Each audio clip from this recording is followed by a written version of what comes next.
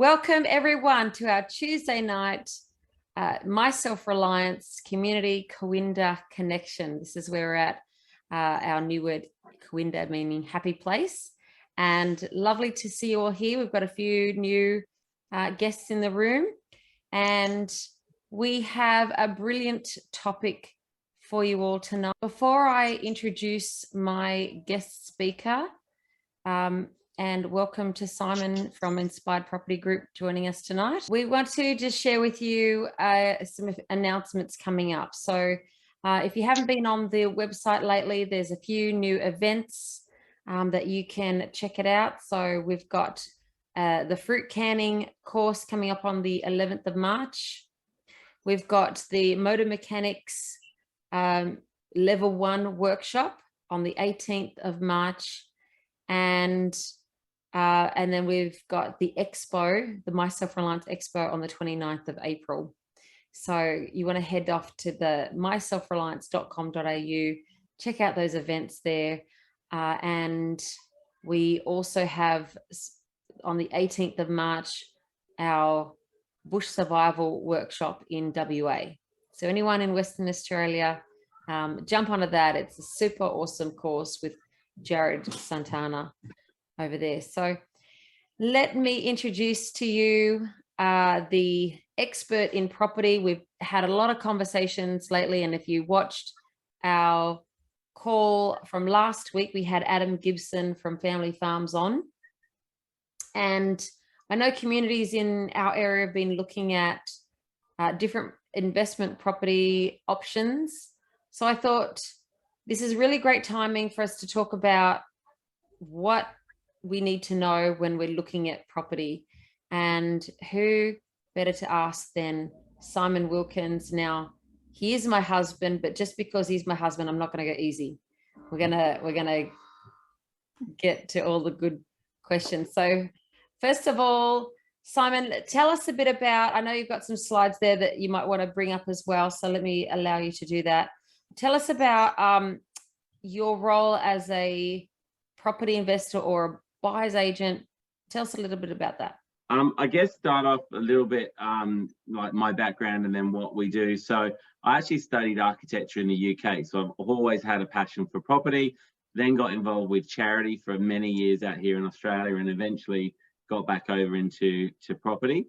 So I've been running my business now for 4.5 years, and I've been in the property industry for about 8 years. We've currently, so I've got a property portfolio worth about $5.5 million. So I've got properties here in Sydney, some up in Queensland. I've bought and sold properties as well along the way. And as some of you may know or may not know, you know, our next purchase is going to basically be a farm at the end of the year. So that's what we're working towards now. So, you know, I love property, I love investing in it. My business, basically, we work as a buyer's agency. So we help our clients buy either investment properties or owner occupiers across Sydney, Brisbane and Melbourne. And that's basically what we do. And I don't know if many people have heard about what a buyer's agent does, but in the US, they're like huge. Like everyone has it's called a buyer's advocate in the US. Everyone has one. Over here, it's kind of getting to be, you know, something that people do. So as a buyer's agent, we basically, depending on our client's needs, we help find the property, negotiate on the property, ensure it's the right property for fit. We help work with solicitors, with your bank, with your broker. We make sure you get your building and pest inspections done. We make sure your insurance is in place. And we're basically there from the very start to the very end of your kind of property journey, making sure that everything runs as smoothly as possible. And obviously when hiccups do arrive, which they always do, we're kind of there helping smooth those little things out as we go through. Tell us about the process that you take people through when they're coming to you about a property, because I know it's different to the other processes that a lot of other buyers agents go through. So yeah, okay, so what I am going to do then is I'm going to share my screen so I can go through this with you guys. So yeah, can you see that? Yeah. Yes. Okay, So what I should have done up front was just, I'll start off with a bit of disclaimer. Obviously, everything I go through is very general in nature. I'm not a financial planner. We basically provide opportunities for people to look at investing into property or buying property. But I always say to all my clients, make sure you do your own research as well to back up what I'm telling you. There's my disclaimer. Gone through that. So for anyone buying property, there's these really key kind of important questions that you need to look for yourself or look up front, right? And these are what I go through my clients with every single time. So what stopped you investing or buying in the past, right? So what's been your stop? Has it been timing? Has it been finances? You know, what's been the thing that stopped you? And is that now kind of out of the way, right? So what stopped you? And sometimes everyone's different.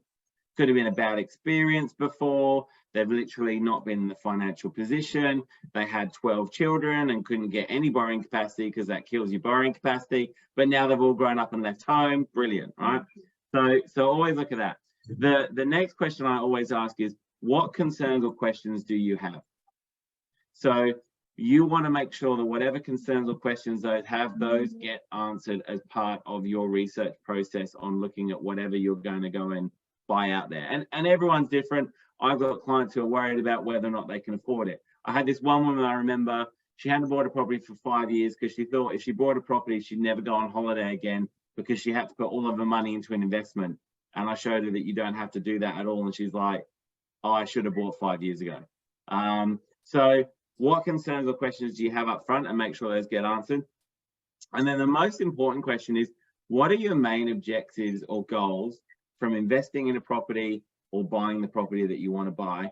And these are really, really, really key, because they'll actually identify the type of properties that you should be looking at to buy or invest in, right? Because, and I said this to Kelly, I have clients all over the spectrum, right? So I've got young guys who are in their 20s, who live at home with their parents, who are on 100 grand a year, have high disposable incomes, and they're like, for them, it's all about going for something that's got really high potential for capital growth and a little bit of cash flow, because they don't need they've got oodles of spare cash. I've got clients on the other end of the spectrum who are in, you know, their 60s, 55, looking towards retirement. They don't care about capital growth. What they care about is cash flow, because capital growth is great, but you can't retire on that. You need cash flow for retirement. So and then you kind of got everybody else in between. And so it's working out what your objectives are. So again, for a lot of us in this community, you know, me and Kelly have been looking at buying a farm, and we're going, well, what are our objectives for buying a farm? Like, what do we want it to do? Do we want animals? We want to grow our own vegetables, but do we want another source of income on that farm as well? So do we need to buy something that's going to allow us to generate those other sources of income? So we need to buy the right property that allows us to put geodomes on there that we can rent out and get residual income from them. So that question, what are your objectives or goals, is key, because if a property doesn't fit any one of those objectives, you should probably just walk away from it. So that would be my kind of 3 top key questions you've got to really go through for yourself. Brilliant. So then we're looking at, and you've touched on the fact that we're looking at a farm and doing that, and also looking at how that can turn into an income as well. So there's people in our community who are looking at different investment options. Yep. So what makes a property a good investment? Talk us through how you take your clients through what a good property investment would look like? Okay. We only had 17 hours. Okay, so basically what you've got to look at is, in terms of what makes a good investment, is again a little bit down to what are your main objectives for what you want to do.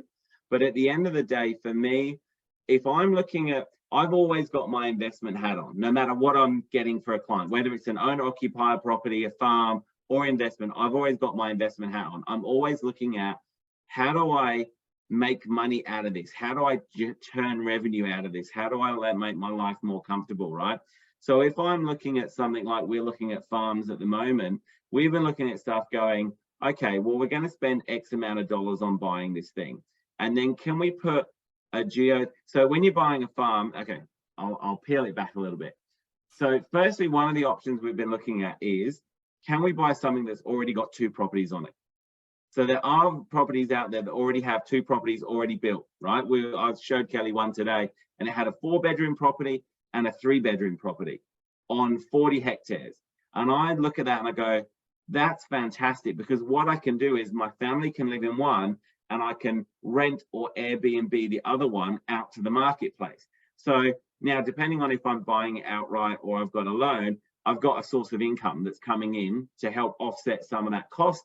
And it might not be even to pay the mortgage. If you own it outright, it could be that that money is used to reinvest into the land, do your fencing, buy your animals, whatever that might be, right? So that's a really good opportunity where there might be a few different income streams. Pulling down from there, it's looking at things like, you know, can I do camping on the land? Can I build structures on the land? Can I put geodomes on there?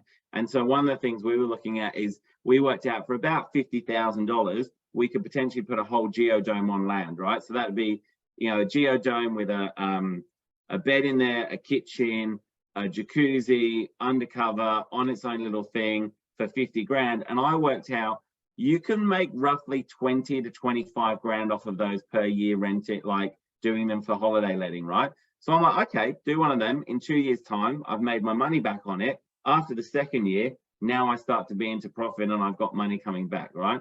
So for me, looking at investment, it's all about how do I generate a return back from what I'm doing.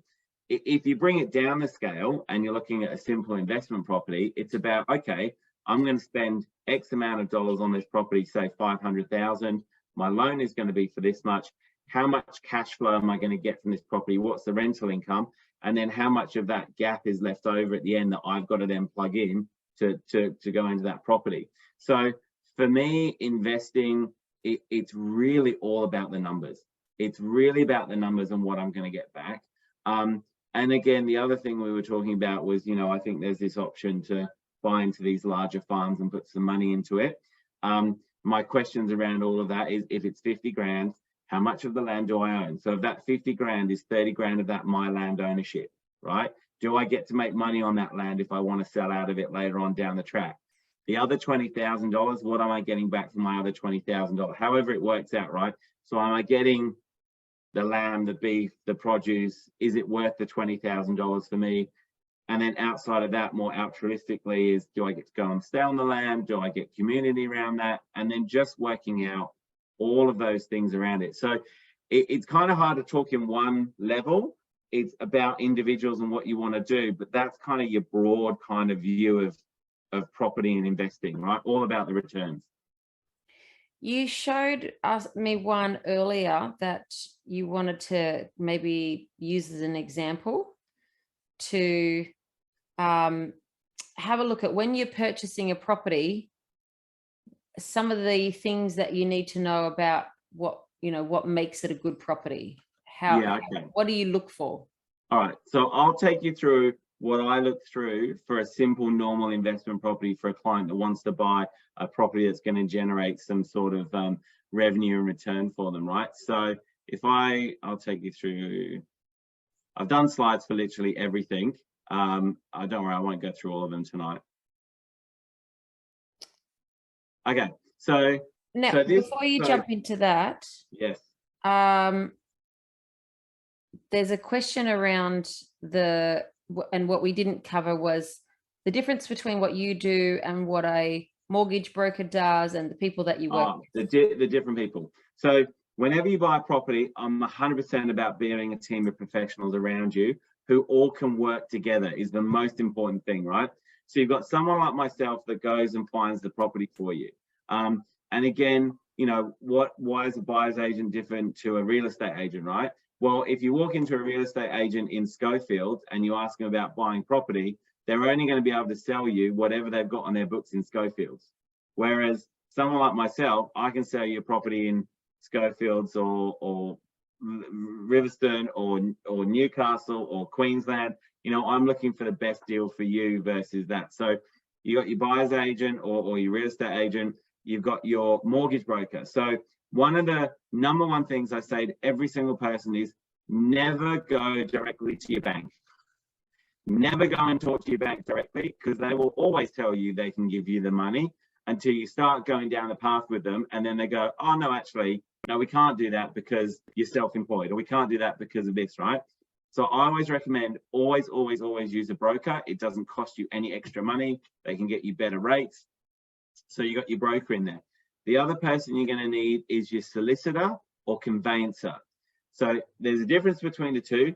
A conveyancer just does contracts. A solicitor can do contracts and lawyery stuff as well, should you need it. But they're the guys that are going to review the contract for you and tell you about any little things that are in that contract that you should be aware of. Ideally, you should always have a solicitor review a contract before you sign a contract. I know in Sydney, they love doing this, especially when the market was running hot. It was like, sign the contract and then you've got 5 days. But once you've signed, you've agreed to all this stuff that you haven't had your solicitor look at or your conveyancer. So always get the contract reviewed first. And then look, you're going to need an accountant. They're going to look at it at the end of every year and, you know, work out your tax return for you and stuff like that if you need that. And potentially a financial planner at some point, but that's only when you get into bigger, more properties and you need to do financial planning around those sorts of things. But those are kind of your key people that you're going to need up front to do a property. Awesome. So important to know. Now I've sent a microphone into you, so if you could pop that in, that would be helpful. And then maybe. Yeah, just your sound is could be a bit clearer. And then, so you've got this slide up. Yes. So I'll let you carry on talking about what you're looking for in a good property then, and what you think is a good buy. And also the other question is, how much money do you need to be able to start with? How little can you start? Can you hear me now? Much louder. Is that better? Okay, good. All right. How much do you need to start with? Look, I would realistically say, and it depends on borrowing capacity, but about 50 grand. 55,000 would actually get you into around about a $350,000 property. I don't necessarily recommend buying anything lower than that, because you end up going too far regional, you lose your capital growth, you run into more risk. So around that, yeah, 50, 55, if you've got borrowing capacity, you should be able to go out and pick up a $350,000 property. Great. All right, carry on with this slide. All right, so I'm going to run you through this really quick, but this is like my top level research stuff that I do. So first off, why that particular area? So this is Brisbane. Why Brisbane? Fastest growing population at the moment. I think it's 1%, which is higher than the national average. People are migrating there. It's cheaper. You know, people want to get out of Sydney. In fact, Brisbane's internal migration is the highest across all of Australia. So more people moving into Brisbane internally than anywhere else. And then obviously this year we've got something like 300,000 migrants coming to this country, skilled migrants. They've got a backlog of 1 million visas. 1 million visas for this country, right? Most people come into Sydney, go, well, that's way too expensive, I'll head to Brisbane. So kind of why Brisbane, why those economics? Sorry, okay. Next thing is the location of suburbs. So this particular property is in Toowoomba in Queensland. So again, I always look at, so Toowoomba is to Brisbane as Newcastle is to Sydney, kind of thing, right? And then, oh, sorry, I've got it. I know why it's doing that. Okay, don't worry, because I had to unplug my mouse to get the speaker in there. So there you go, I've got it now. So why that particular area? So again, you're looking at what is going into that area to actually keep jobs, keep it going, stimulate the area. And when I say that, it's funny because there's the medical cannabis project that's going in there, which is 500 million, which is not going to stimulate, that's going to put people to sleep. But anyway, you know, there's freight terminals in there. for all of us who knew about the old COVID thing, there was the old wellness camp, wellness that's in there, right? So you're looking at area and you're looking at what's all the infrastructure that's going in there that's going to create jobs, because if you create jobs, you've got people that pushes up prices, right? Simple as that. And again, COVID's changed a lot of that now. I'm actually more confident than I've ever been in buying properties that are probably a little bit more regional than you would normally go, because COVID's allowed people to work remotely. Like I know people that are living up at Yamba that have jobs in Sydney, you know, because you don't need to go in the office all the time now. So if you've got those communities, it's created that now. Okay, this is all data that's available on the, so again, I look at census data. So what I want to see is employment. So for instance, in Toowoomba, you'll see their employment, their full-time is 62.3%, higher than the Queensland average. So what that says is good levels of employment for the area. Great, that's a big tick. Occupation, good split of different occupations in that area as well. You know, pretty much in line with Queensland's averages as well, which is good. And then the medium incomes there. Now, the incomes are below the Queensland averages, as you can see, but now we've got 2021 census data and 2016.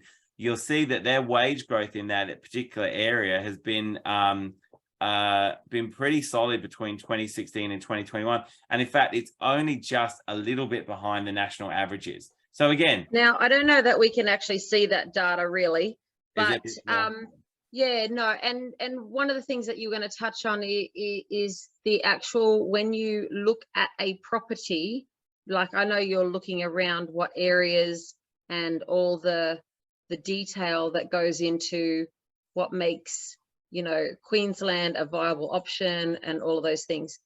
But so now, like, take it down to an actual property, you know, we're looking, because the average person, they're just looking on realestate.com and they're going, oh, that property looks good, that property looks good. Let's fine tune that. Well, this is all the stuff you do up front, so you don't waste your time looking at properties that aren't any good. So when you know all of this stuff, like I've done this stuff. So when I start looking for properties and researching, I might go to an area and look at the employment straight away, and I'll see the employment is 10% or 20% below the national average. And I go, not going to buy in there, right? Or the other thing I've seen before, I got one sent through to me, and what I found out was the occupations in the area was something like 40% meat processing, right? So that was the biggest employer it was a regional town, right? 40% meat processing. So I go, well, if that trade disappears or something happens to that, that's 40% of the people in that area that are going to be unemployed. So you're like, don't do that. And this is where people fall into those little traps of buying in mining towns, where, you know, something happens, the mine closes, and suddenly everything's dead because everyone's moved out. So all this stuff is part of kind of just ticking a list of boxes to go, yep, it ticks that, yep, it ticks that, and you're kind of going on. So again, I look for schools, how many schools within a particular area to make sure they're well supported. How far to town centres and drives. So this one's 10 minutes to the town centre, 10 minutes to Coles. So again, good little area. The other thing, little tip for you as well, is if Coles and Woolworths are in the area, it's a good place to buy. They've done all their market research. They know how many people. So if you find a new development somewhere and there's a Coles or a Woolworths going in, that place is planned to go bigger in the future, because Coles and Woolworths don't invest unless they know that there's money to be had in those areas. So they're a good little way to look at it. Capital growth. So again, having a look at capital growth, you can find this online quite easily anytime you want to. So you can see 12 months, 3 months, 7 years, 10 years. So this particular Toowoomba, for instance, its 10-year average is 4.4%. So that's your property doubling every kind of 15 years, roughly, which is pretty good. But you can see over the last 3 years that it's been at 13%. And in the last 12 months, it's been at 22%. And the other thing it'll also tell you is your medium average as well for the area. So again, you're looking at this going, yep, capital growth factors look good. You've got that in there, a tick, another tick. And then this was the actual property I got for my clients. So they only had a $350,000 budget. So this was one half of a duplex that we got. So it was a 3-bedroom, 1 bath, 1 car. We picked it up for 329,000. We've actually just relisted and got a tenant in there at $410 per week in rent. So something at 329,000 getting $410 per week in rent is a really good rental yield. So to give you an idea, that's about a 6 or 7% rental yield.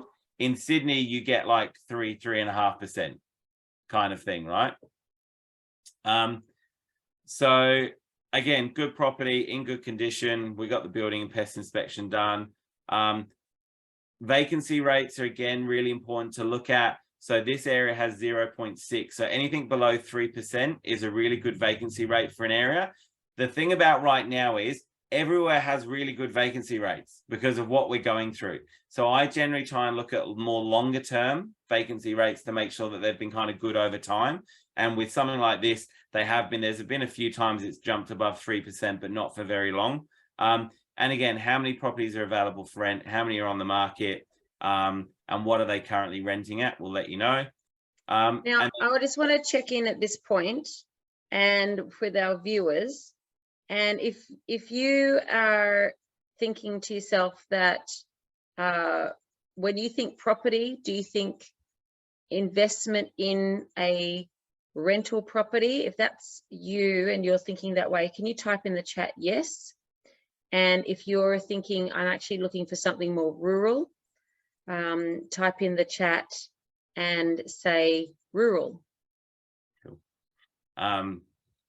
So I'll go the rural in a minute as well, and it's a little bit different. But so you do that research, then you look at comparatives to the market. So what's already sold. So this guy, we got him at 329.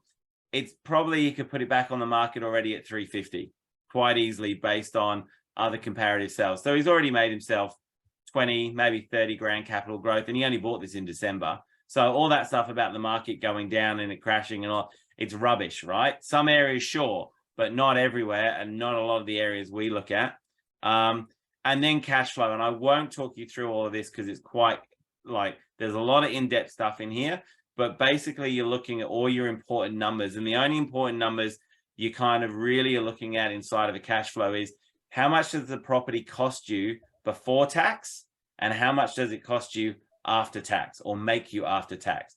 Because at the end of the day, and I say this to everyone, the property before tax, I could give it to everybody on this call and the numbers are going to be exactly the same. After tax, it's all going to depend on how much money you earn, how much you can write off on your tax, how many, all of that sort of stuff. So someone on 500 grand a year is going to get more tax back than someone on 100 grand.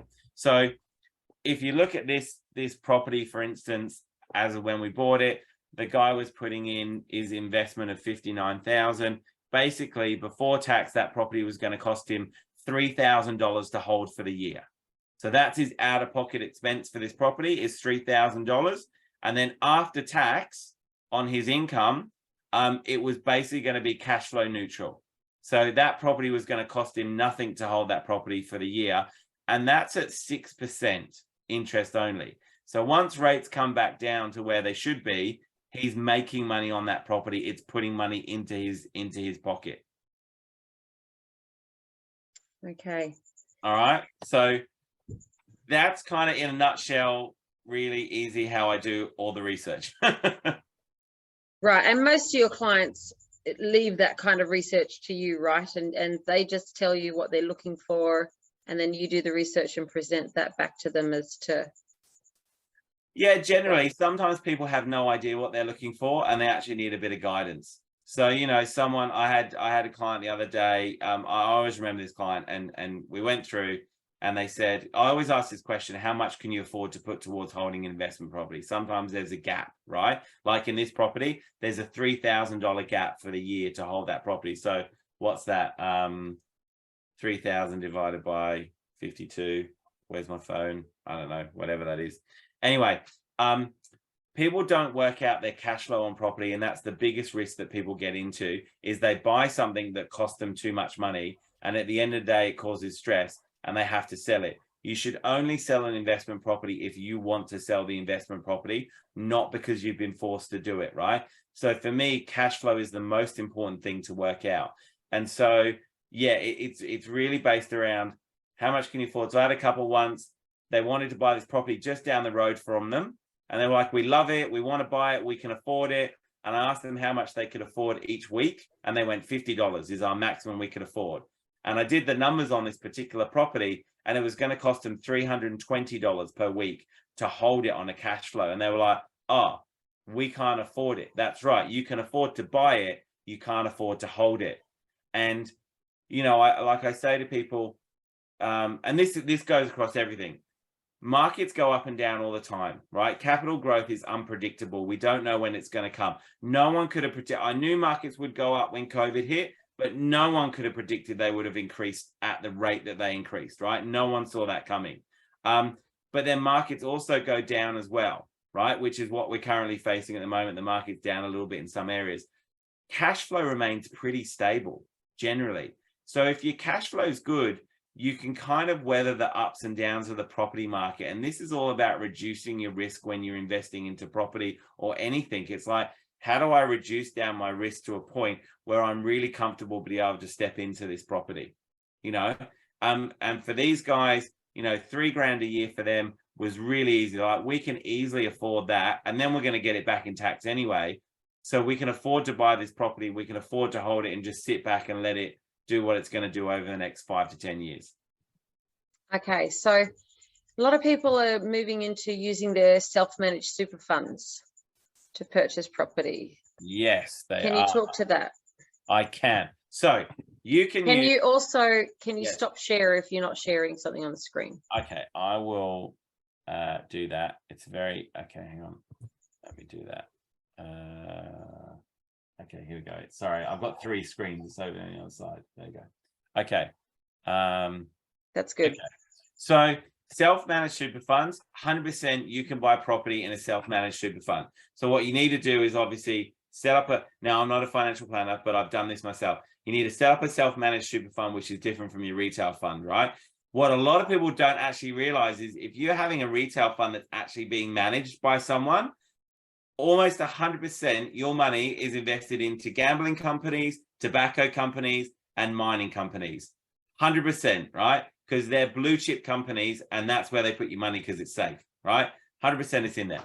So you can set up your own self-managed super fund. Look, I would suggest realistically you need probably 150 grand if you're going to buy a property inside the super fund, but it depends on what type of property, the structure. There are opportunities just to, you know, like with the farm thing where you could put 50 grand in, well, you could do that out of your super fund, right? So you can set up a super fund. The caveat around a super fund, and there are lots of rules around it, is whatever you do with the money in the super fund must be used to generate a retirement income for yourself or a retirement for yourself. So if you're buying a block of land, you want to see that block of land go up in value over time, because when you sell it, that money's got to come back into the super fund, right? You can't live in a property while you've got a loan on a property in a super fund. There's lots of little rules. If you try and flaunt them and you get caught, there's massive fines for doing the wrong thing with your super funds, right? But you do then have control of where your money can go. You can buy properties in your super fund. You can buy sports cars if you want in your super fund. You just can't drive that sports car. It has to sit in the garage covered up. You can buy antique paintings. You just can't hang them in your home. They have to go in a garage covered up. There's all these rules around it, but more and more people are buying property in their super fund. It is a really good way of getting in. But yeah, you need about 150 grand, and that would get you like a $500,000 property in your super fund. But you'd need to talk to a financial planner about setting that up, but definitely another opportunity to do that. Right. Well, we will have a financial planner on and have that conversation, because a lot of people are wanting to combine supers and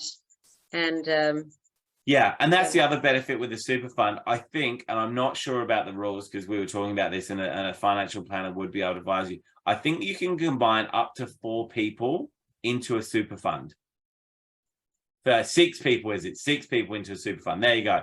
So you can combine up to 6 people. So you could actually pull your money together into a super fund to create a larger fund to go out and do something with that money. Again, you just got to make sure it's all done above board legally, all of that sort of stuff. But it is an opportunity to leverage some money that you got in your super fund. And there are other benefits around buying property. Well, with lower tax in a super fund, it's only 15%. Plus, if you buy a property, the income after retirement from that property is tax-free out of the super fund. So there's lots of little benefits around doing property in super funds, or stocks or shares, or, you know, diversification and stuff. Yeah. So you're going to talk us around purchasing rural properties, and now so there's a few different schemes that are afoot that people are looking into, and if you are one of those people on the chat that are looking into doing a property investment, if you'd like to ask a specific question to Simon about that, and while people are kind of thinking about what they want to ask around that, I'll have a look at the chat for questions that we've missed. Yeah, I had a quick look. It was around rural stuff. So look, buying buying rural, and this is something that me and Kelly have been looking at, right? The most important, so again, it comes down to a couple of things. Why are you buying it and what do you want it to do for you is the most important thing, right? If you're like me and Kelly, we want to have our own animals on it, grow our own stuff. We don't want to do it commercially necessarily at the moment. We just want to be able to do it ourselves. And I want to generate income out of that property somehow, right? So whether it's camping or having another property on there or doing the geodomes or whatever it is, we want to do that. So when we know we want to do that, we're then looking for the property that is going to enable us to do that, right? So again, that's looking at, for us, it's about having running water through the property. It's about having dam catchment areas on that property. And again, you know, understanding a bit about how much water you're allowed to actually keep and store, because there are actually limits. Like, so we were looking at a 250 acre property, and we were allowed to dam up to 400,000 megaliters or something rather like that. There's like dam capacities that you're allowed to store within your property. And then there's, capacities of dams. And then there's also about where you're allowed to dam. So depending on what a stream is. So this is all stuff I'm learning. So there's the first stream, second stream, third streams, right? And they come down from whatever, you know, rocky places you've got. And you're actually not allowed to like dam a third tier stream. So if you had a first running into a first, it becomes a second tier stream. And then if you have a first running into first and another second, and those 2 seconds run into a third, you can't dam the third, but you could dam the 2 seconds. Michelle said to call it a pond, and then it's different rules. I reckon you call it a swimming pool. You go, that's my swimming pool. It's just a really big swimming pool, right? Yeah, but you had a slide that you were going to show us. Yes, well, so there's a few things on buying rural property, and I'll show you some little stuff that I've been using. So first off, it's really important to get hold of your land contracts. So I'm going to show you one that I picked up, if I can find share screen. There you go. So share screen. And then while you're sharing that, the other question is around what is the government doing to throw loopholes at people at the moment around buying property? Where are they tripping people up? All right, cool. All right, so I'm going to show you this first. This is a standard purchase. So this was a property we were looking at Temagog on 40 hectares, right? So we're looking at a property in Temagog. So most of it's pretty standard, but the stuff I'm really interested in is called, in some contracts, it's called the 88B, the special conditions or the caveats or covenants of the actual block of land. So this basically stipulates what you can do and what you can't do. So generally the first whole bunch of stuff is just all your general blah, blah, blah rubbish, right? But this is why you get a solicitor to have a look at these things. So where you'll get down to is, sorry, I'm trying to use my keyboard to do this instead, is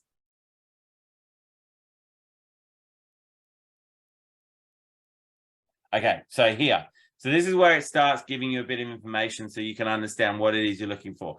So this is the title search. So straight away we can see, we can have a look at this and we go, okay, it's lot 100 in deposit plan 124977, right? At Temagog. We can see who the owner of it currently is. And then under the Schedule 2, we can see if there's any exclusions or caveats on that property, right? So what we can see here is land excludes minerals and is subject to reservations conditions in favor of the Crown. So what does that mean? Well, one, I can't go mining on my land. So if I want to do an open cut mine, I can't do that, unfortunately. And in favor of the Crown, you actually see that on a lot of contracts. It's because they're old school stuff. And basically in the old days, most of the land was owned by the Crown. In fact, I think 50% of land in New South Wales is still owned by the Crown, technically. There's generally nothing you need to really worry about that too much. The positive covenants, they're going to let you know that there's something on that land that's stipulating that you need to do something on that land to look after it, right? And I'll show you where to find that. So then just quickly on a side note, there's this really cool website. If anyone's heard, has anyone heard of Six Maps? Yes. So Six Maps is really good. So what you can do is you can you see that? Yeah, Kel, has that come up? Yeah. Yes. Yeah. So Six Maps is really good because you can search the property. It's not that great at searching. What I generally do is I get up Google Maps so I can see where it's located, and then I'll get up Six Maps because it's easy to do it visually, right? But what I can see is this is that DP. So that just means deposit plan, right? 1249744, which relates to this deposit plan 1249744. So I'm like, okay, that's the deposit plan. And there's 100 and 101 under that deposit plan. And I'm looking at number 100. The nice thing about this is it will actually show you your boundary line on this as to what the Council in New South Wales have as that's your boundary line. So it's a really good little system to be able to look at things, see what's around, where the other things are. So what's interesting about this is there's obviously a really small one on this side and another small one. But, you know, you can see that there's another one at the back here. There's no property on that. There's a small property on this one here as well.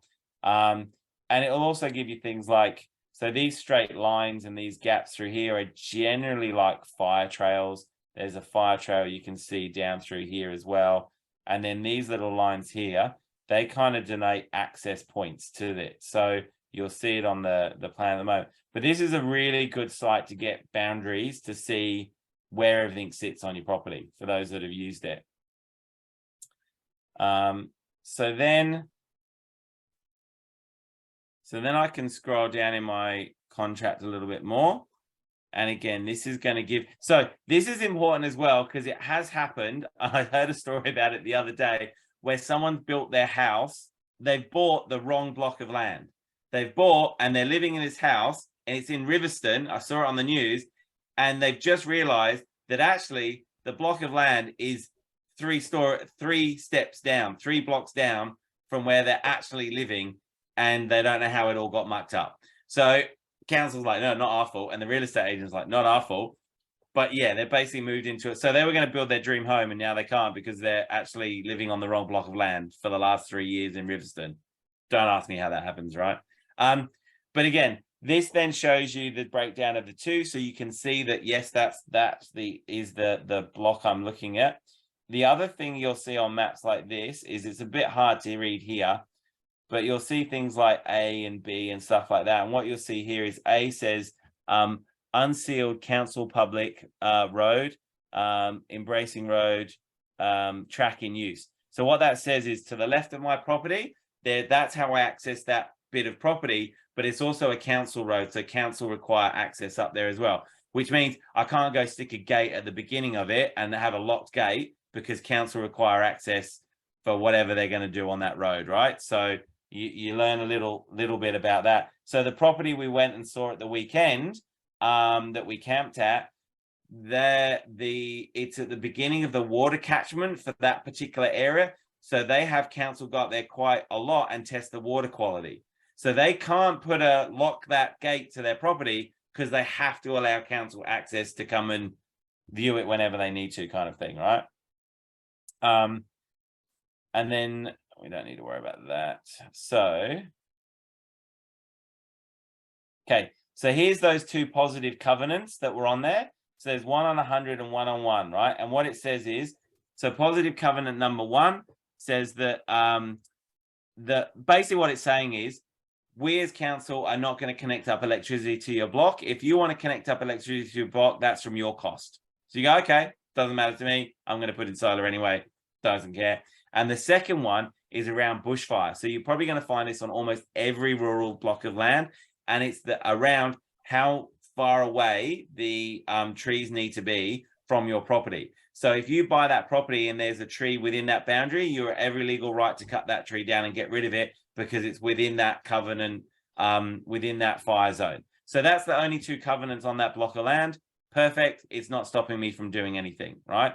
So that's good. Some other ones you might see might have right of carriageway, which means there's access through the property. Could be fire trail stuff, those sorts of things.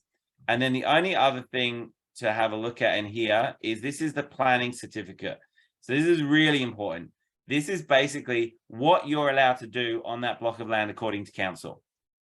So with this here, it's got state planning policy. So it's got all of that in there. We can see the names of the relevant regional plans. There's none. So there's nothing like that.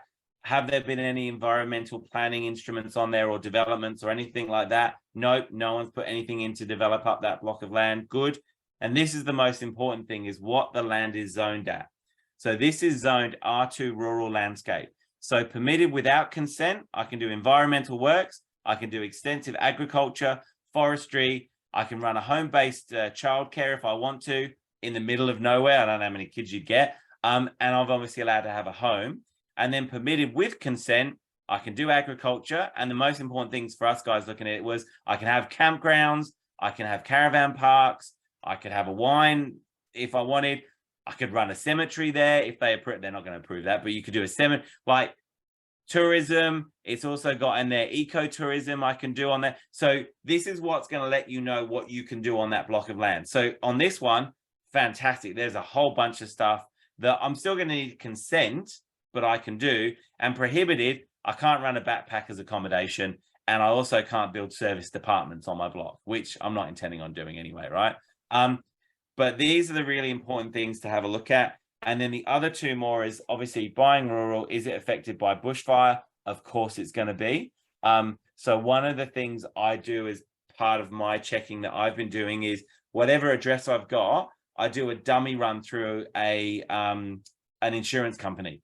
So I'll just do an insurance like Amy or whatever or whoever, and I'll just do a dummy run to make sure I can get insurance for that property. And if I can get it covered for bushfire.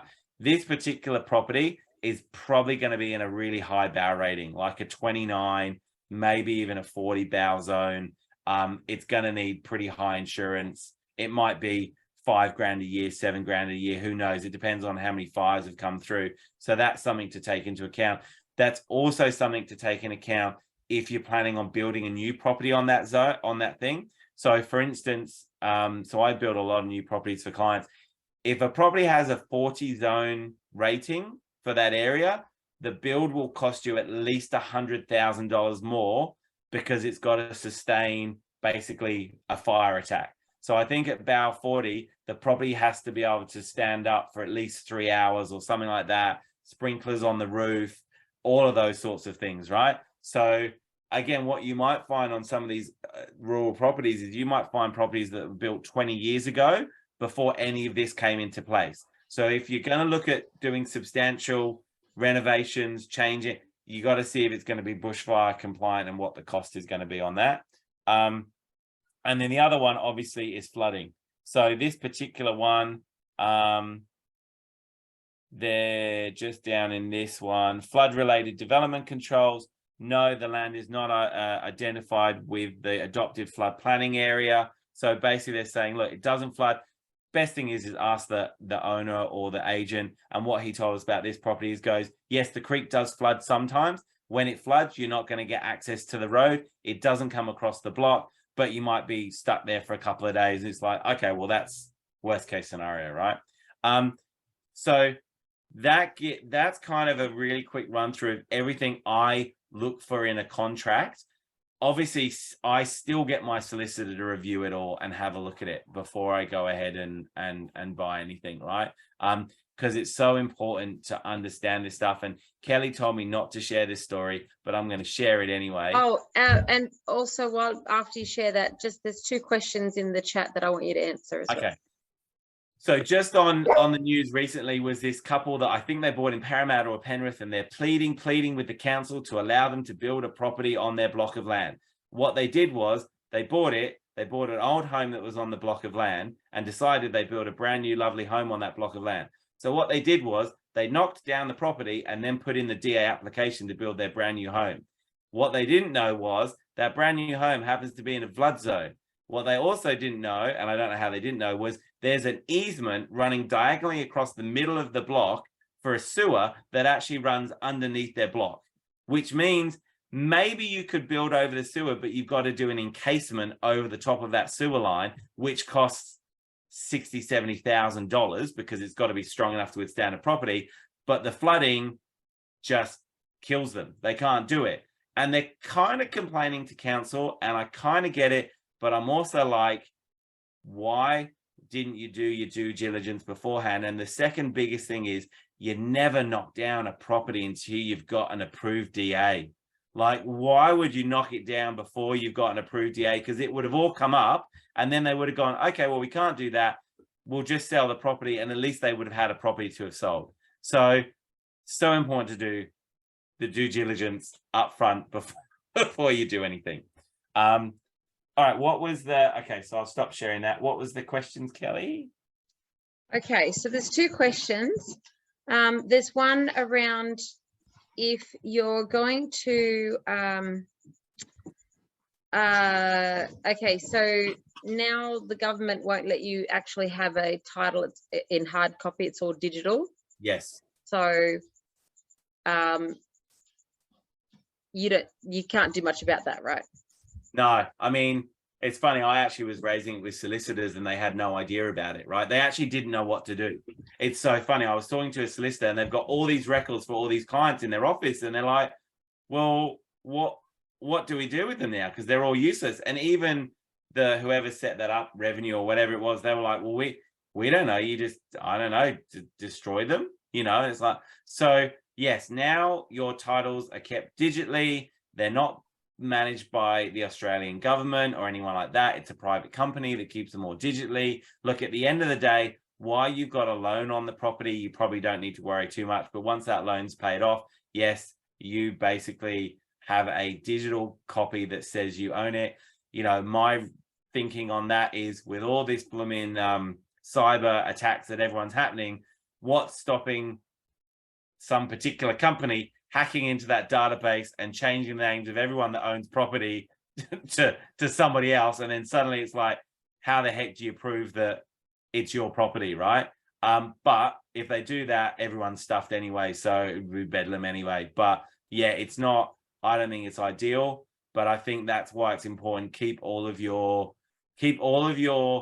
emails, transactions with solicitors, purchasing with the real estate, keep all that information, so if it ever does happen, which I hope it never will, you're at least got some sort of evidence trail to go, yeah, no, I bought that land.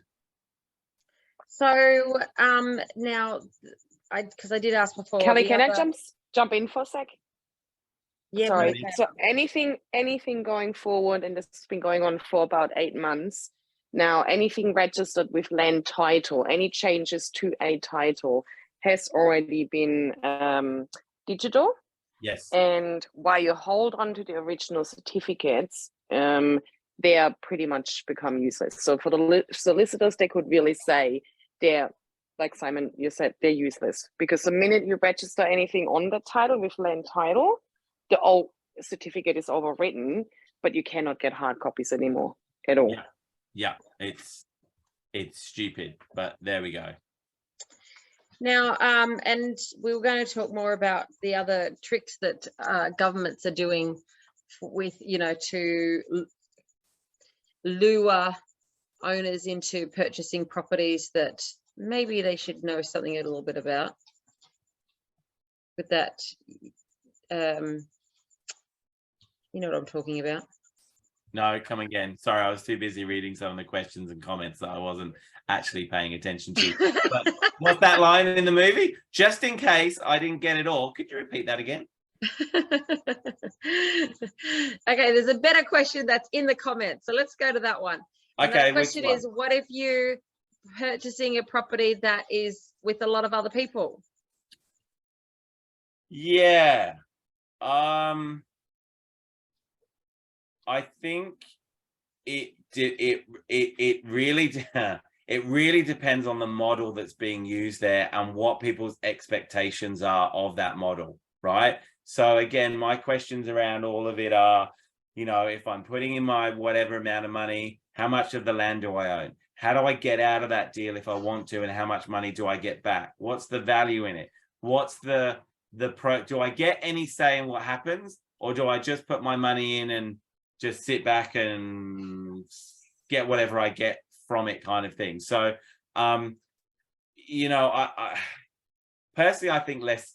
Okay, so I think everything in life is scalable. Just like you can buy a $300,000 property and you can buy $1 million property or a $2 million property, right? It's scalable. So depending, again, I think it comes down to depending on what you want to do. Do you have to go, like we were looking at land and properties. You can buy a property on like 10 hectares for like $350,000. Like, I kid you not, right? You can do that with a house on it. So could I do the same thing with maybe only 4 people and still have the same outcome and my own block of land that I can have some animals on and grow some vegetables and do that? So I think it for me, it would be, look, I'm always about return on investment. That's just how I look at things. So it's going to be, how much do I put in? How much do I get out? Is it worth me doing it? And then could I do it some other way that's a little bit better for me? Or is this a great way of doing it? I don't know enough about the scheme to be able to really comment on how that necessarily works. But I always want to know, what's my get out clause?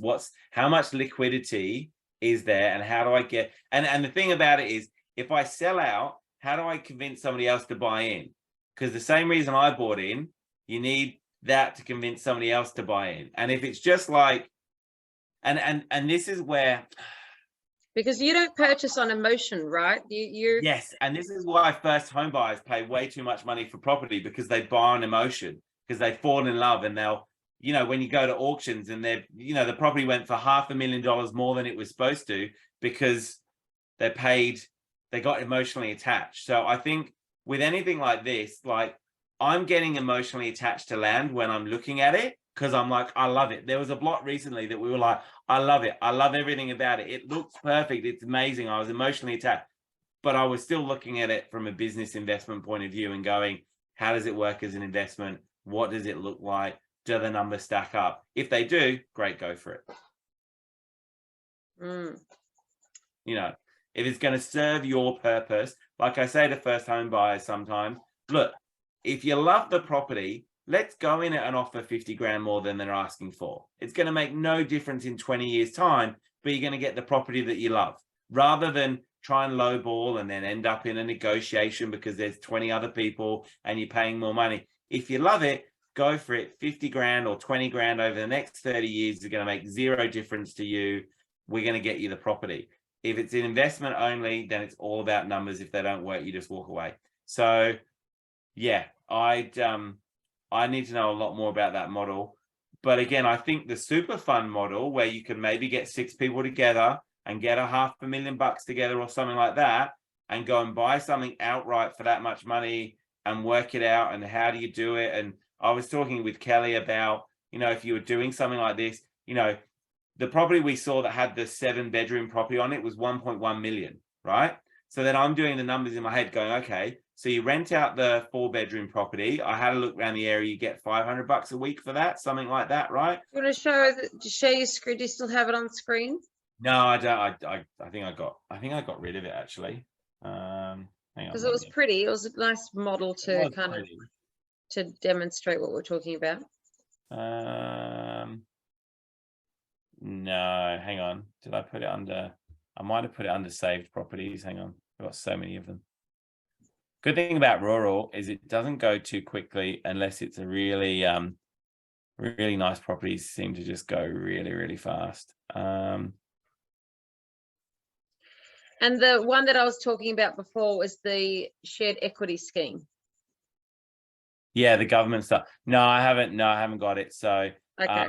but yeah, this one, for instance, had a separate 4-bedroom that was off on another corner. Then it had the 3-bedroom that needed a bit of work doing. I'm like, you could rent out the 4-bedroom, the 3-bedroom. What you could do then is if you're doing, you know, say 10 people in there, you could timeshare out the 3-bedroom and everyone gets to go up there for 1 week of every year. They can book it out. The rest of the time you Airbnb it, and then someone's up there, and then it was kind of had its own fence line around it, and it's like, okay, well then you could section off part of that land and go, well, that's the land we're going to work on, have animals on, and do that. So then you could have people up there 1 week at a time, and their job is to do this, look after that, do that sort of thing.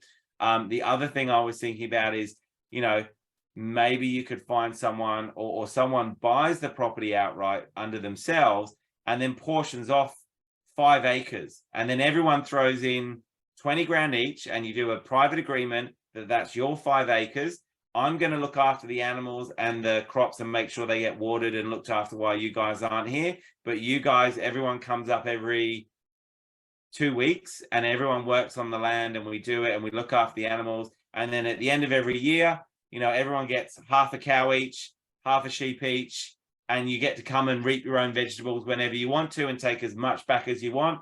Anything left over gets sold back to markets or whatever that is. And maybe it's only a 5 or a 10 grand investment. And then in my head, I go, okay, well, if I'm getting a half a cow, that's at least probably $400 or $500 worth of meat, right? So, you know, there's lots of ways I think you can cut it. And I think a lot of people in this community are looking at the same things we're looking at, is how do I get my own meat? How do I get my own vegetables? And how do I make sure I can get that stuff when I want to and grow my own stuff and I've got somewhere, you know? So, yeah. Government schemes as well, yeah? Okay, cool. So just quickly, there's 2 major government schemes out there at the moment. And look, government is always trying to get people to buy property, right? Because they make money out of people buying property, and it does create jobs and all of that stuff, right? So there's 2 schemes. One is the some of you would have seen it, the stamp duty scheme, right? So now if you're a first home buyer, instead of paying stamp duty, you can pay an annual fee, right? And the government come out and they go, yes, look at us, poor us, how much money we're going to lose on this scheme, right? And it's like, you're not going to lose money. No one loses money, right? Yes, they're going to lose a bit of money up front, but in the long run, they're going to make a hell of a lot more money because, and the reason they're doing it is homeowners now are living in their properties longer than ever. I think the average person doesn't sell their property for at least 11 years, right? Some people live in their property for 30 years. You think about someone that bought a property 30 years ago, they probably paid what? $2,000 stamp duty, maybe $1,000 stamp duty, maybe something ridiculous like that. Now that property is worth $2 million today. If they were to sell it today, whoever goes and buys that is paying $50,000, $60,000 stamp duty, right? So what the government have worked out is, okay, well, if we charge people every single year and you sit on a property for 30 years, we're still getting money every single year from this scheme, right? Now, if you're going to sell your property within 10 years, you're ahead, right? You buy $1 million property, you have to pay, say, 30 grand stamp duty. If you pay an annual fee, in 10 years, you probably paid 20, 25 grand stamp duty back to the government, right? The only people that got to be really careful about this scheme is if you're 50 or 55 and you're buying your first home for whatever reason and you opt for paying it yearly, instead of paying, let's say, 30 grand, over, if you don't move out that property ever again and you hold that for 30 years until you die, you actually end up paying something like $150,000 worth of stamp duty because it's CPI'd increased every single year. So, you imagine, and it's going to be a small percentage, but you imagine people in their 80s in a property they've owned for 20 years, and their stamp duty now is $6,000 or $7,000 or $8,000 a year that they're having to pay out of their pension. They're not going to survive on it. So the scheme works in a way, but you just got to be careful about it.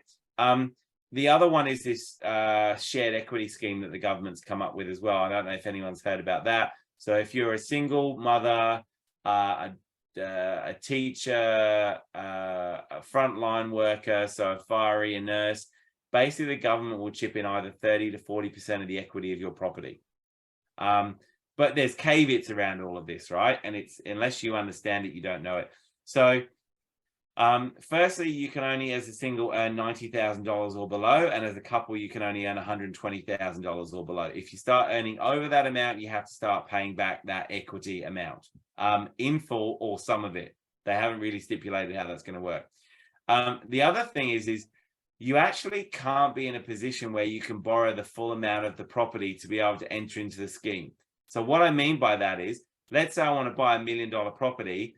On paper, I should only be able to borrow $700,000 because the government are going to give me the extra $300,000 worth of equity, right? And then they give me the 300. I only pay back the loan on the 700. And then if I sell the property in the future, basically the government are going to get 30% of whatever upside it is. So let's say I sold it for $2 million. They're going to get 300 grand of that extra million I've made on that property, but I still get to keep my 700. Fantastic. If the property goes down in value and I sell it, so let's say I bought it at $1 million, I sell it at 900, the government still get their initial 30% that they put into it. So they're not going to go halfsies with you on the loss. They want their full amount back. So you're left with 100 grand extra holding in your pocket. But I think the biggest risk in the scheme is, if you're a business person, would you rather lend 30% equity to someone that could borrow $1 million? Or would you rather lend it to someone that could only borrow 700? I would rather lend my 30% equity to someone that could borrow the full amount, because it means if they need to get out of that scheme, they're actually going to be able to refinance the government out. What the government are doing is actually giving the money to people that actually can't afford the entire property in and of itself, which I think is a massive risk, because if they need to get out, there's no way they can refinance the government out of that scheme. So if you understand it, you can use it, but I think there's going to be a lot of people that are going to get caught out. And the other thing about it, and rightly or wrongly, this is just my thought, is they're allowing people to buy with only a 2% deposit, right? So if I wanted to buy $1 million property, I'd only need 20 grand. Now, this is just my own personal opinion, but if someone can borrow $1 million and they can only they only find themselves being able to save $20,000, there's something wrong in that equation, right? Because even people that can say, like, I don't know if you should be lending that amount of money to someone who can only afford to put away $20,000, unless they can prove they've got more. I think it should have been a bit more around a 5% deposit, because again, it's just reducing risk. But that's their scheme. Just another way they want to trap people. Another way, look, if you can take it, look, like I always say, if you can take advantage of it and you know what you're doing, take advantage of it. If you don't know what you're doing, it could be an absolute minefield. So there's a comment in the chat around the stamp duty. Yes. So Paul's question. No, that's not correct, Paul. So if you pay annually, the next person that buys it, if they qualify for the scheme, they can pay annually. If they don't, they just pay normal stamp duty. They don't take it on from the last person, kind of thing. So yeah, so that's where the government could lose money. If someone, adopts to pay annually and sells it in 5 years, the government's going to make less money than if they had charged the stamp duty up front. Now, to the people in the chat, is there any questions that you'd like to ask around property that you've been looking at, and you have a specific question that you want to ask our expert while you have him here? What if a property has a business on it itself? Great. Like, as in, like we've seen a few. Give me an example of what it does. Okay, so this one has Dave. You're still here. This rural property actually has a couple of wells on it, Had or a water springs. spring Yep. water business that they actually had. I hand over to you. The property had water springs. It had contracts that it's been had for the last 20 years. Yep. Realistically, they had a pretty good turnover. It was probably under what the return on the property would be that I would recommend the property be sold for. But Yep. that was just my point of view because it wasn't close enough to the actual money that was coming back, to be honest, from what I could see. Yeah. The return on it wasn't as high. Yeah, look, I'd looked at some that had like strawberry farms on them and things like that, right? And and that was the thing that people did. Look, I think at the end of the day, again, for me, so I guess I'd break it into two and go, do I love the property? As if it didn't have the wellspring thingy on it, would I buy the property anyway because I actually really love the property and the location in the area? And then the little spring thing, that's like the extra bonus. And if it is the extra bonus, what's the kind of revenue it's going to return for me? And then I put the two of those together, but not collapse them. I think sometimes people collapse stuff together and then they get really confused because like, but it's like, imagine you bought it, you didn't really like the land, but you bought it because you thought the business was great. And then you buy it and the business isn't as great as you thought it was. And then you're like, well, now I'm on a block of land I don't really like with a business that I'm not really that fond of. And you go, oh, crap. So I think... Well, you're a numbers person. Let me throw you the numbers. It was just under 4 million and the turnaround for the business was 110 a year. And the property was 4 million. Yeah. Yeah. Just on that, I wouldn't touch it if you put it in front of me. No, that's what I was looking at as well. I wouldn't touch it with a barge pole, like 110, like,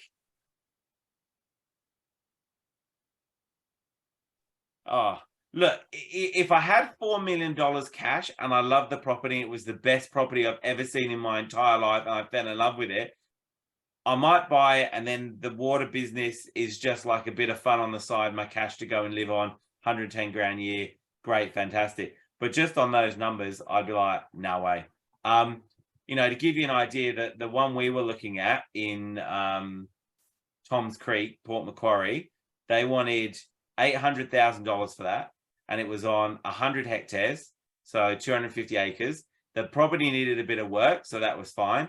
But yeah, I worked out those little geodomes, and I'm like, I could spend 200 grand to put 4 of them on the property, and in 2 years' time, once they're all paid off, I could be generating anywhere from 75 to maybe 125 grand a year out of those geodomes. And realistically, how much work do I have to put into those? I just have to list them on Airbnb, put them on a few sites, and I have to have someone come and clean them every now and again for new people. But that's all I've got to really kind of do. So yeah, I think, yeah, looking at stuff and seeing, yeah. Look, I always ask myself this question. If someone's selling it, I always go, why are they selling it? If that business was making $4 million a year and they were selling the land for $4 million, right? They'd never do it. But it's because the business probably, and look, they might have been on there for 20 years, right? They might have bought the thing for $400,000 and have no mortgage, and 100 grand, 10 grand a year is brilliant for them. But on paper, I'd be like, yeah, not really. Because if it was the turnover or the profit 110? For the year. They had certain things that they had to do, like change filters, UV thing as well. Yeah. It worked out the return on investment was, you were spending $2,000 or $3,200 a year just on maintenance. That's without pumps and stuff. Yeah, no. Yeah, I'd rather go and buy some animal. So one of the things I'm thinking about is I'd rather go buy some animals and have them on my farm, and then when I'm ready to, send them to the next life, putting it out on like Kelly's Self-Reliance or whatever we've got, and saying, hey, we've got lamb, we're about to, give them a good send off. Who wants legs, who wants ribs, who wants that, and package them all up and do a trip down to Sydney and send out that. I reckon you could probably make a better return on that than you could on the water side of things. And plus everyone's getting organic meat as well. But yeah, I wouldn't touch that at 4 million. Simon, Andrew wants to know, does your business provide valuations? No, I don't do valuations as such. What I've always found, and this has always worked generally, rural is a bit harder. But yeah, if I'm looking at just as the property, you know, looking at sold data online will let you know whether or not a property is in line with what it is. It does become a little bit harder if you've got a unique property or there's a unique business on it or something like that. You probably want to get a valuer into it. The other thing you can do is, if you're just looking at buying it, what you can do is, if you go to a broker and you're saying, I'm looking at this property, you can get what's called an upfront valuation. So the bank will go out and do an upfront val on a property before you've actually started putting in all the applications for it. So a broker can organize that upfront valuation. Now, generally, they're always going to val it. It's touch and go. It could be on the purchase price, it could be slightly below, but at least give you an indicator of what the bank thinks it's valued at. Because again, the issue you're always going to fall into sometimes is there's what the market says it's worth and there's what the bank says it's worth, right? And trust me, I've had arguments with a few valuers over my time. I've only ever had one ever move on their valuation. And the issue you run into is, if it's worth $1 million, but the bank valuer says it's 900,000, well, you're 100 grand short on your loan amount now, right? Because the bank's only going to lend you the amount the valuer thinks it's worth. So if you're getting any sort of finance on it, it's worth to get upfront valuation just to make sure. If you do a bit of research, touch wood, you should be fine. I haven't had a bad val for ages, but like I had one recently. When was it? I said it, not ages, maybe 8 or 9 months ago. And the valuer valued it in, it was an $850,000 purchase, and they valued it at $120,000 below the 850. And there was no way in the world it was on market. It should have been higher. And we had to go to another bank, get another valuer to do it. And that value went out and actually valued it at exactly the purchase price. So yeah, they're a tricky bunch, valuers, and if there's particular bad ones out there, I've noticed that will always, you know, I get this one guy and he always, I've only had him 3 times and every time he's undervalued, every time. Just I don't know, I think maybe his wife left him or something like that and he's angry at the world, something like that, I don't know. So if people want to get in touch with you, want to talk more about investment, purchase a property and run anything by you, how can they get in touch with you? And Bella wants to ask a question. Go. Well, Belle, no, she's just typed it in the chat. Okay. She said, we're in Sydney. Is it best to travel to Queensland to inspect an investment property prior to purchase, or is it something that you do for clients? Is it okay to have an annual visit for rental property inspections, tax deductible, etc.? Okay, cool. That's a great question. So generally, I've bought investments in Queensland. I've never seen them. In fact, we had one in Capera that every time I went to Queensland, I forgot I had, and then I came back and was like, oh, I never saw it, right? So look, you can go up and inspect the property, nothing wrong with that, but that's a lot of time and energy and resources and all of that to do it, right? Again, I know kind of looking at a property in photos, if you think you should avoid it at all costs or not. You can kind of tell straight away. What I always do for all my clients is we get what's called a building and pest inspection done. So we get an independent inspector to go in, do that building and pest inspection, and come back and have a look at if there's any defects in that particular property. So I've just had one recently. There was a couple of minor things in there, and we went back and negotiated another $5,000 off the purchase price for our clients because there's a few things that needed fixing up. So generally, I'll do the building and pest inspection, and then mostly, look, most of my clients don't travel to go and see the properties.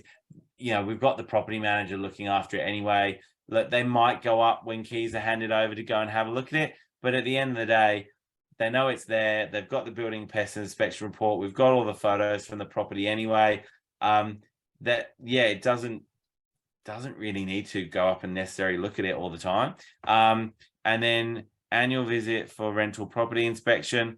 Again, you don't really need to do that. If you've got a good property manager, and this is the thing, having a good property manager, they will look after that property. They should inspect it every 6 months, and it's their job to keep that property in good condition for you. That's what you pay a property manager to do. And then tax deductible.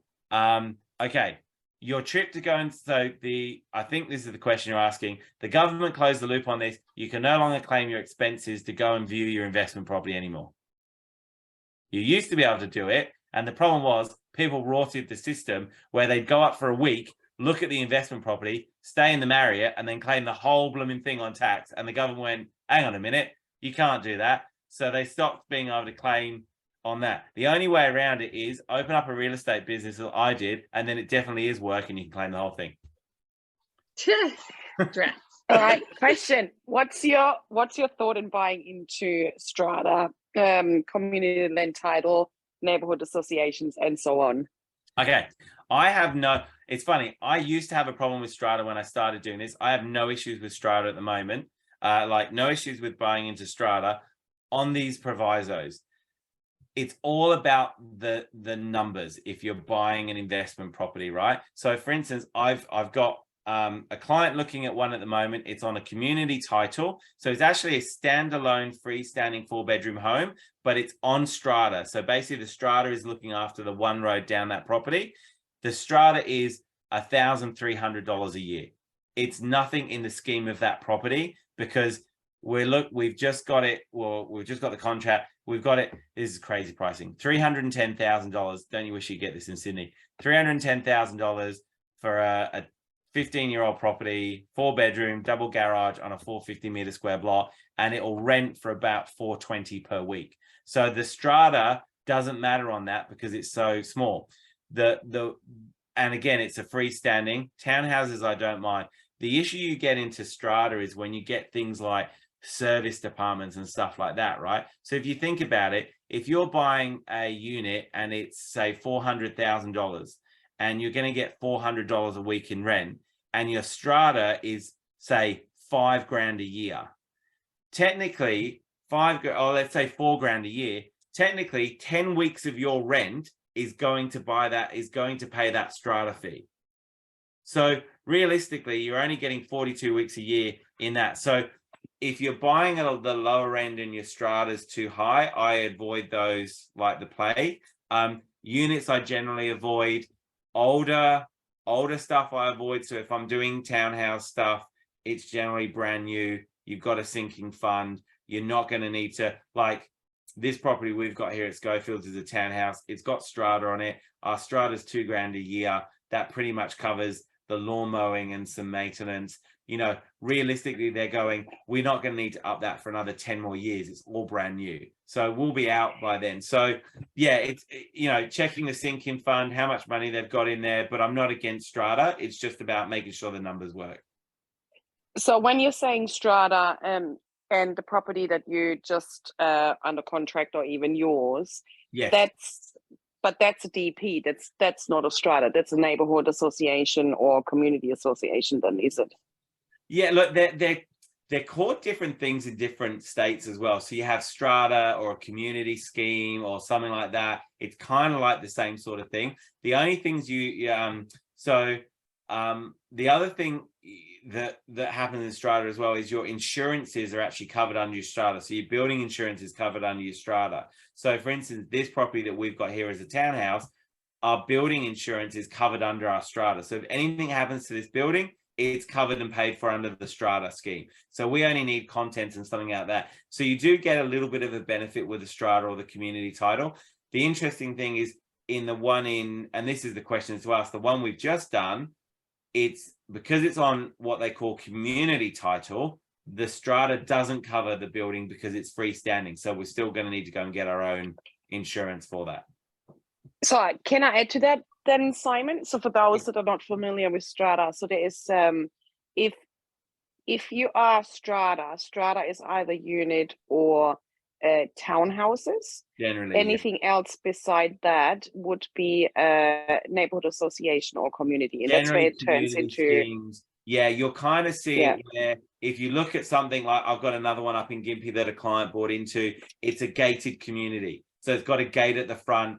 The gardens are all looked after and immaculate. And I think theirs is like $350 a quarter to maintain. But again, those sorts of schemes can be really good as well, because what happens is the strata wants to keep the value of the properties. So they look after everything. They make sure all the lawns are mowed, that the pavements and the road is in good condition, because they want to keep the value of those properties so that when you come to sell them, they actually look really good to the seller's market as well. Highly recommend always ask for the bylaw or the community land management statement, which is the bylaw for association or the communities, because there's a lot of restrictions to that, what you can and can't do. There can be, so like, and again, that's a really good point. Check them out, right? Some are like, yes, we just look after this, great. Others are like, okay, well, you can't, like our strata, for instance, like we're allowed one pet, I think, one pet, which we've got the dog, and the fish, what was it? The fish can, there was something weird around fish. You can keep you can keep a bird in a cage. You can keep a fish in a fish tank. That's right. Yes. Because there's been a change in the legislation when it comes to the community as well. Well, okay, so but there's two different things. There's a change in the Strata Schemes Management Act because of the Cooper case, which doesn't affect the community land title management. So anything that is under the neighborhood association or community, they're catching on, but they're two different acts actually. But you're right, you can keep a bird in a cage and a fish in a fish tank. So I was like, hang on, I've got fish in my freezer. Does that, like, am I going to get in trouble for that because it's not in an aquarium? I could put it in an aquarium, but I don't think they'd smell very good after a while. The other thing that has changed in Strata, which did change a few years ago, was around voting in Strata as well. So prior to a few years ago, it had to be like 100% of the scheme, 100% of the people in the scheme had to agree to something, right? And they've changed that now to only, it's only, I think, 75%. Yes, 75% vote. And so you have to be present to be able to be voted. And if you're not present, it doesn't matter. Now, the reason they changed it all was because they had, I feel sorry, right? But basically they had old people sat in unit blocks that could be demolished and new unit blocks put up and made a lot of money for everyone that sells out of the scheme. But if you had one person that lived there for 20 years and was like, I'm not moving, they couldn't do anything about it. So they changed the rules to say 75% and only those that turn up. So in our strata scheme, there's 8. So if we went to a meeting and there was only 4 people and 3 of them voted for something, doesn't matter that the other 4 are in the scheme and not there, it can get passed. So it has made things a little bit easier in strata to do stuff. So, but yeah, purely investment side of things, no issue with strata as long as you do your numbers. So if a group of people wanted to make an investment and they don't need to borrow because they're all getting together and putting in their investment together, that they don't need the mortgage broker, would you still advise them to talk with a financial planner or with yourself over the property? Look, 100%, whether you're borrowing money or not borrowing money doesn't really matter. It's still got to stack up as an investment in and of itself anyway. You're still going to be looking at what your returns are for that property, what it's going to generate back to you.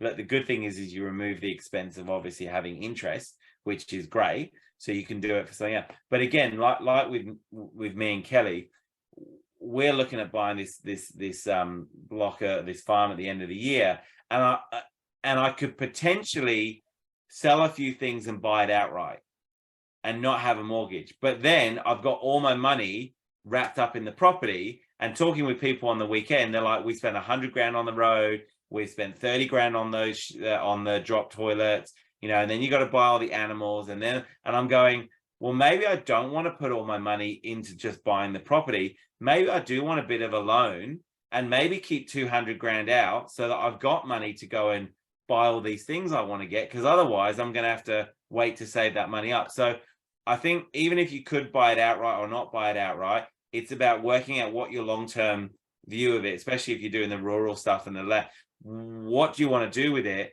and where are you going to get the money to do what you don't? So I know with the farm guys, they raised more money than they needed to buy the land to be able to invest in all the other stuff they needed, right? So I think the guys were saying on the weekend, you know, the tractor was 30 grand, the cat that they've got was 100 grand, and I'm just looking at them go, crikey, I actually am going to need quite a bit of cash outside to do these sorts of things, right? And the farm guy Simon's talking about is where we did our permaculture course. Yeah. But again, the other thing again is thinking smart and outside the box. I know some guys did it once. They bought a tipper truck for their business. Well, they don't use it all the time. So they actually rent it out the times they don't do it. And they actually got that on finance. And the amount they rent it out for is enough to cover the finance. So technically they've got a tipper truck for free. So if you've got stuff that you're doing, I don't know, one of the things I'm thinking about is, do I need to buy all of that stuff? Or if I'm only using it once every couple of weeks, can I go and rent it from local people and use that property and give them, you know, so, but yeah, I think that's the stuff you got to think about before you just, you know, put all your money in, kind of thing. And the other thing is obviously if you put all your money in and you need it back out, how do you get it back out if you need it?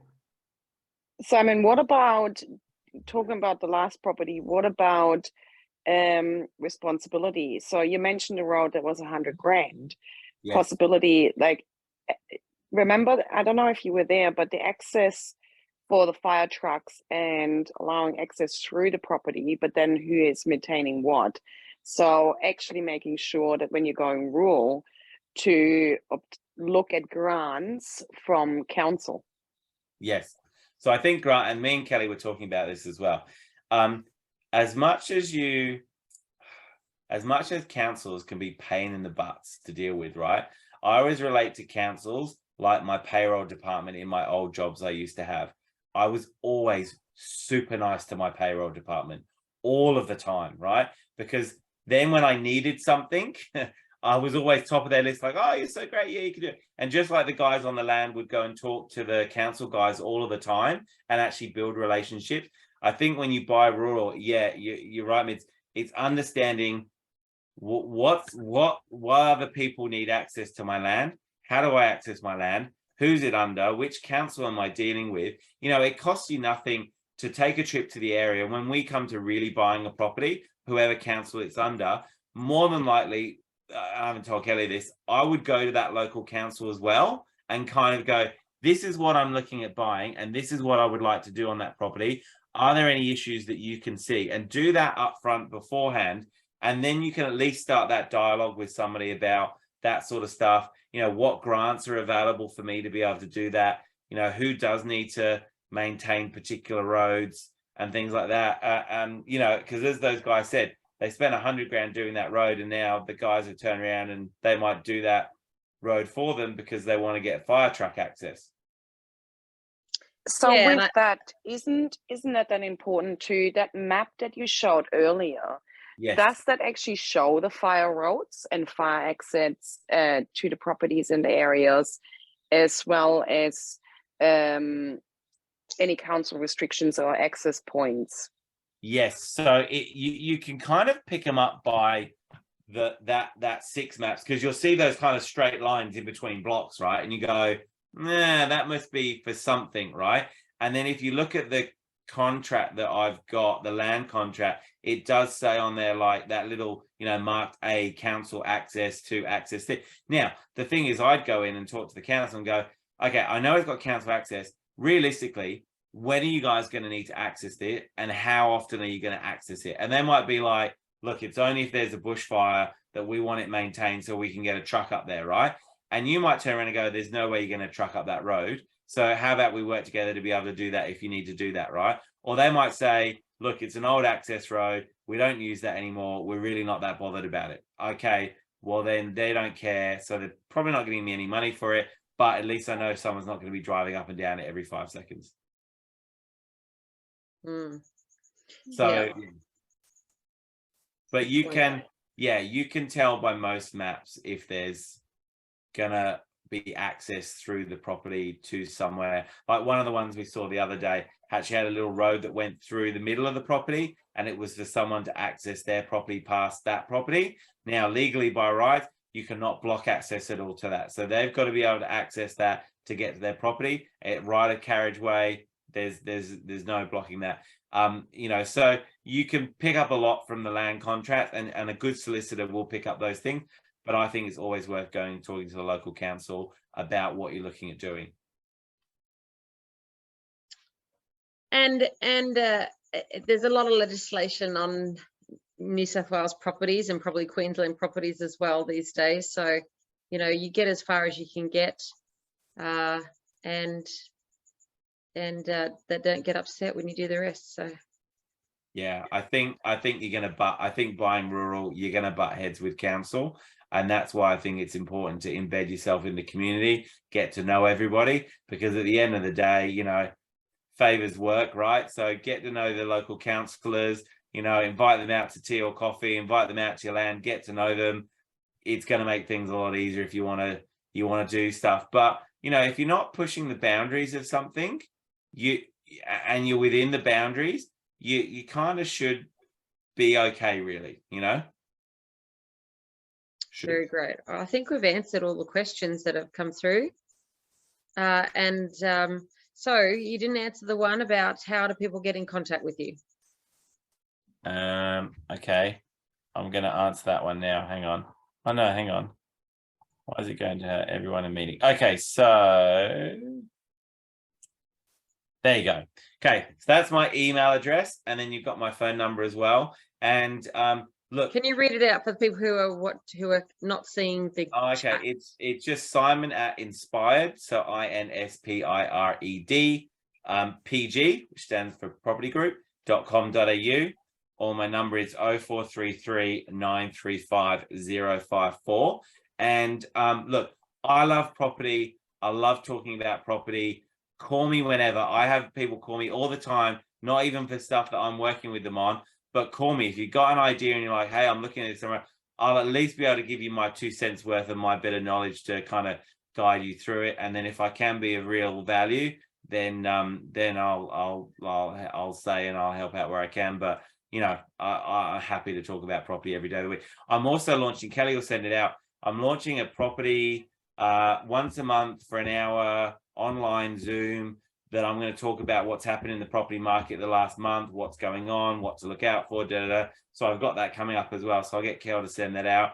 You're free to jump on that, and I'm going to update on property and all that stuff that, you know, is in my head that I need to talk about.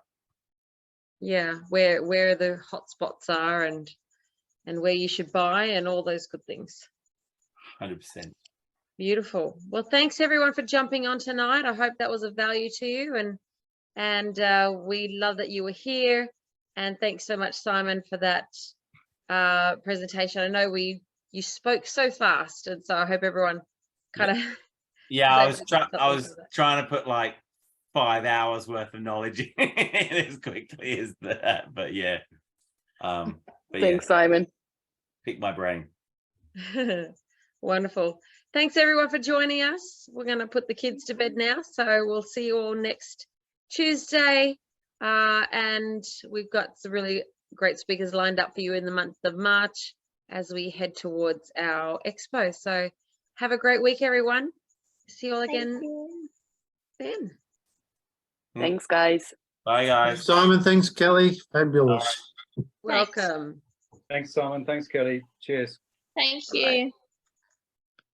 Cool, thanks.